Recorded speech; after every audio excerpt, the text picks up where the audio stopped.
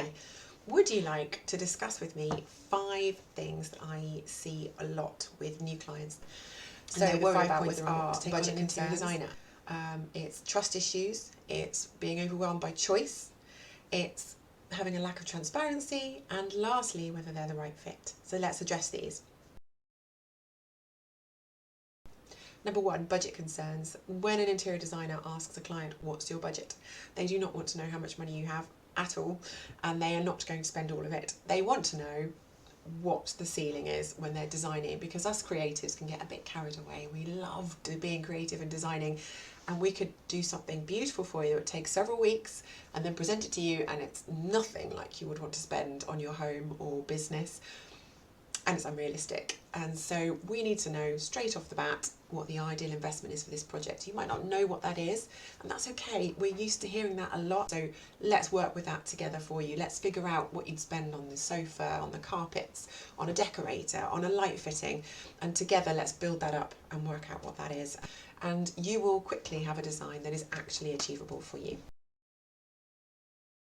You need to know who you're working with, so that's one of the reasons we do that in-depth consultation at the beginning. It is a working meeting, and we will spend time giving you loads of tips and advice and ideas, what you could do with your space as it is at the minute, and we will happily share everything you need to be able to start making adjustments on your home. And if you decide that's as far as you want to go, that's fine. But if you decide actually you liked spending time with us, we're the right person for you, we have a good rapport, then maybe that's something you need to look into. Maybe build that relationship over time. Follow them on social media, ask them questions, phone them. We're happy to help. We are people pleasers naturally, and we just want our customers to be happy. An interior designer's sole purpose is to get a beautiful result, because it's good for you because you add value to your home, and it's good for us because we have amazing portfolio pictures and it makes people want to hire us. So it's a win-win relationship for everybody.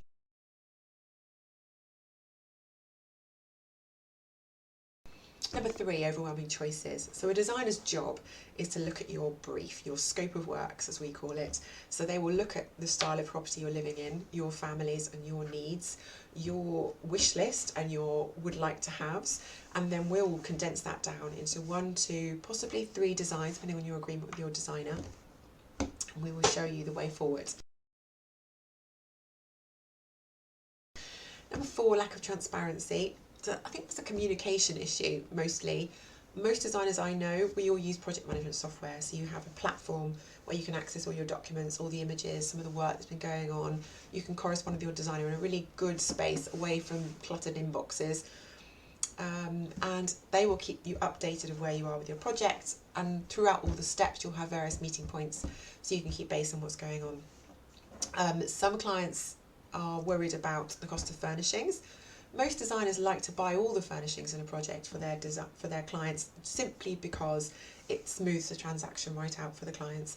So rather than having to pay the designer an hourly rate to pop back and forth for deliveries, check boxes, open things, then return them, or the clients having to be back and forth around their working hours, having it all delivered to a warehouse, checked by a team, then delivered in 1 installation day, possibly 2 depending on the size of the project, maybe 3 if it's a really big project, but a seamless delivery, unpack and install just makes it easier for you. You're not trying to get rid of the rubbish, you're not back and forth to the dump. There's a lot of things that go on with procurement and deliveries, and it just makes it easier on your behalf.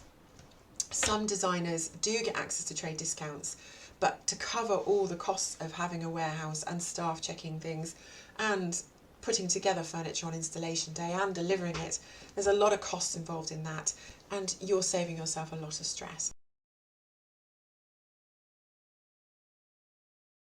Last thing, right fit.